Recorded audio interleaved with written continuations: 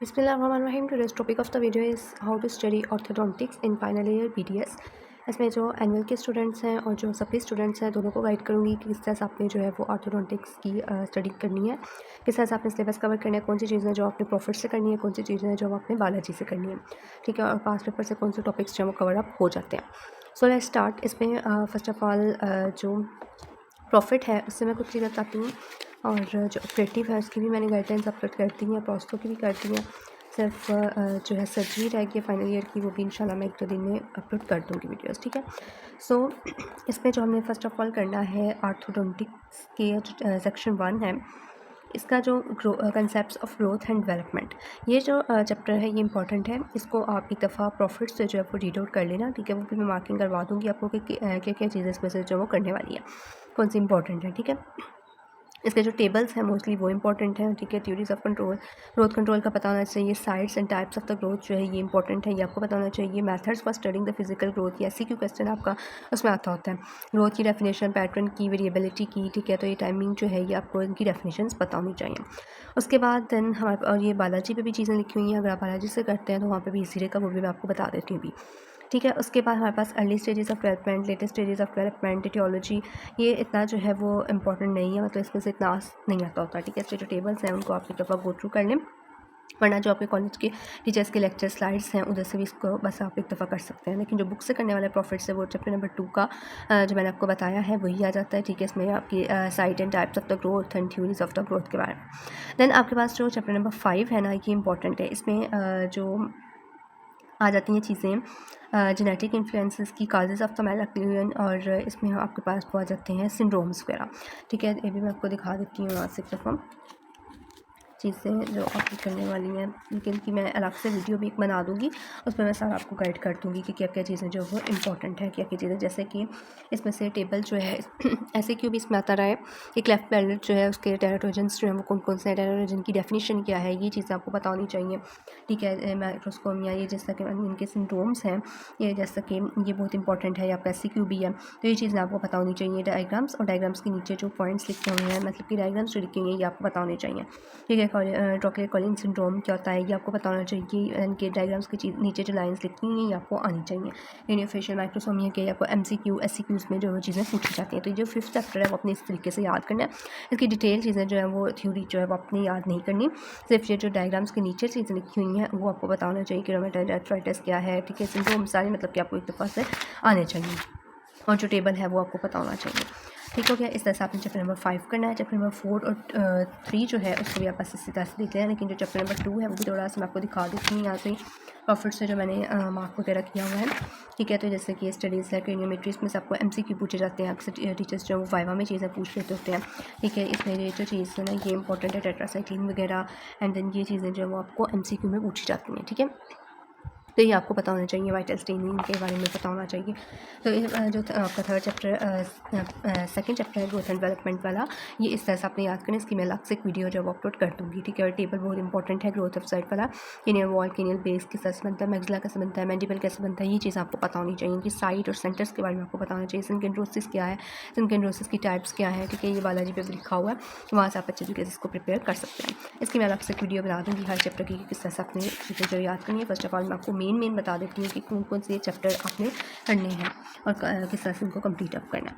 उसके बाद आपके पास सेक्शन 2 जो है, इसमें आपके पास जो चीज़ें आ जाती हैं orthodontic diagnosis and treatment planning वगैरह, ये जो है ये आप उधर से इसके भी टेबल्स करने हैं। इसके टेबल्स आपने स्किप नहीं करने, इसके टेबल्स आपने अच्छे तरीके से बस याद करने हैं, ठीक है।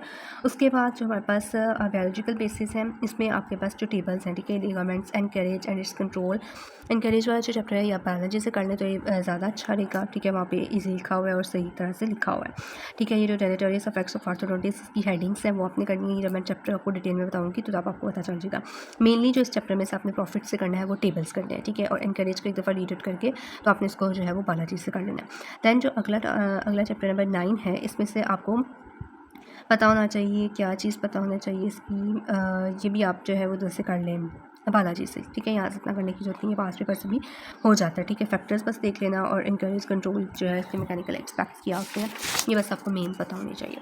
उसके बाद देन डिटेल्स करने की ज़रूरत नहीं है, ठीक है। ये एप्लियंसेस है, एप्लियंसेस का यहाँ पे जो टेबल है वो बस देख लेना, लेकिन मेनली जो ये आपने करना है ये अपने पास पेपर से आपका कवर हो जाता है और उसके बाद आपके बालाजी से कवर होगा, ठीक है। वहाँ से आपने करनी है एप्लियंसेस। उसके बाद है ना ये भी यहाँ से करने की ज़रूरत नहीं है, ये सारी चीज़ें जो है वो आपने बालाजी से करनी है। मैलेक्रियन भी बालाजी से करनी है।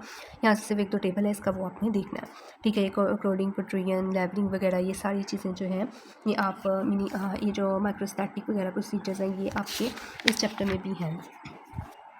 इधर एक चैप्टर है, चैप्टर नंबर 6, ठीक है। इसमें मैक्रोस्टैटिक्स वगैरह चीज़ें लिखी हुई हैं, वो आपने करनी है। मैं जो इंपॉर्टेंट चैप्टर्स करने वाले हैं वो मैं आपको वहाँ से बता दूँगी, ठीक है। ये टेंशन वगैरह जो है ये भी आपने उससे से करना है बालाजी से, ठीक हो गया।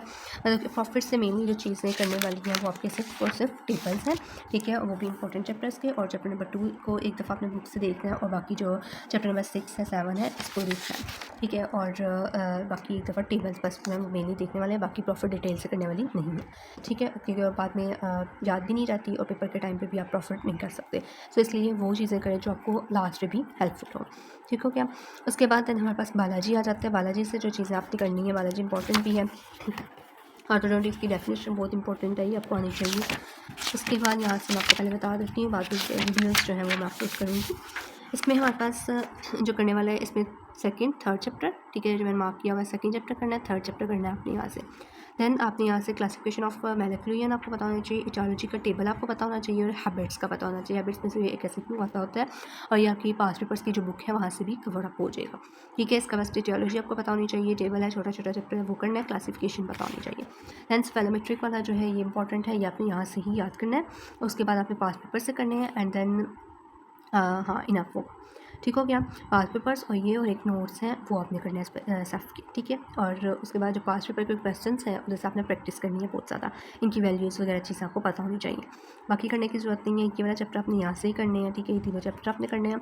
उसके बाद प्रिवेंशन ऑफ ऑर्थोडोंटिक्स जो है ये भी आपका पास पेपर से कवर हो जाता है। मैंने जो पास पेपर पर इस तरह से किया था कि जो एक्स्ट्रा चीज़ें थी, मतलब कि ऑर्थो का ये था कि वो पास से कवर अप हो रहा था, ठीक है। तो जो एक्स्ट्रा चीज़ें थी वो मैंने पास पेपर्स के ऊपर ही लिख ली थी, ठीक है। मैं आपको दिखाती हूँ, ये देखें जैसे सेफ़ है, सेफ़ मैंने सारा पास पेपर के ऊपर लिख किया था ताकि लास्ट पे सिर्फ मैं पास पेपर रिवाइज़ कर सकूँ, क्योंकि एक्स्ट्रा चीज़ें भी पास पेपर्स पे लिख लूँ और प्रॉफिट के टेबल्स कर लूँ, और जो चीज़ें नहीं थी पूरी आ रही मतलब ज़्यादा था वो थोड़ा सा मैंने बालाजी से देख लिया था। बाकी देखिए मैंने इंपॉर्टेंट सारी चीज़ें जो यहाँ पे एक दफ़ा लिख ली हुई हैं हर चैप्टर की, मतलब जो इंपॉर्टेंट थी, जैसे कि ये था प्रिवेंशन वाला मैंने इसी पे कवर अप कर लिया था इंपॉर्टेंट चीज़ें। तो आप भी ये वाली अगर आप कहते हैं कि पास पेपर पर जो मैंने एक्स्ट्रा चीज़ें लिखी हुई हैं वो मैं आपसे शेयर कर दूँ, तो एक वीडियो में मैं ये भी सारी चीज़ें जो अपनी हर चैप्टर की जो है वो कर दूँगी, ये भी आप कर लें तो मोर देन इनफ होगा आपका पास करने के लिए, ठीक है। तो ये सारी चीज़ें मैंने इसमें लिखी हुई थी। सिर्फ आपका ये है कि आपने अपने माइंड को रिलैक्स करना है और अच्छे तरीके से प्रिपेयर करना है, और जो एनुअल के स्टूडेंट है वो स्टार्टिंग से ये भी ये सारी चीज़ें जो है वो इकट्ठी करना शुरू कर दें, इंपॉर्टेंट चीज़ें, ताकि लास्ट पे जो है वो सिर्फ आप रिवीजन करें, ठीक है। ज़्यादा चीज़ें ना करनी पड़े, और जिनकी सप्ली आई है वो भी अभी जो है वो पास पेपर्स को अच्छे से करें। उसके बाद देन जो मैंने एक्स्ट्रा चीज़ें लिखी हुई हैं वो अगर आप कहते हैं तो मैं अपलोड कर देती हूँ, तो उनको आप कर लेना अच्छे से।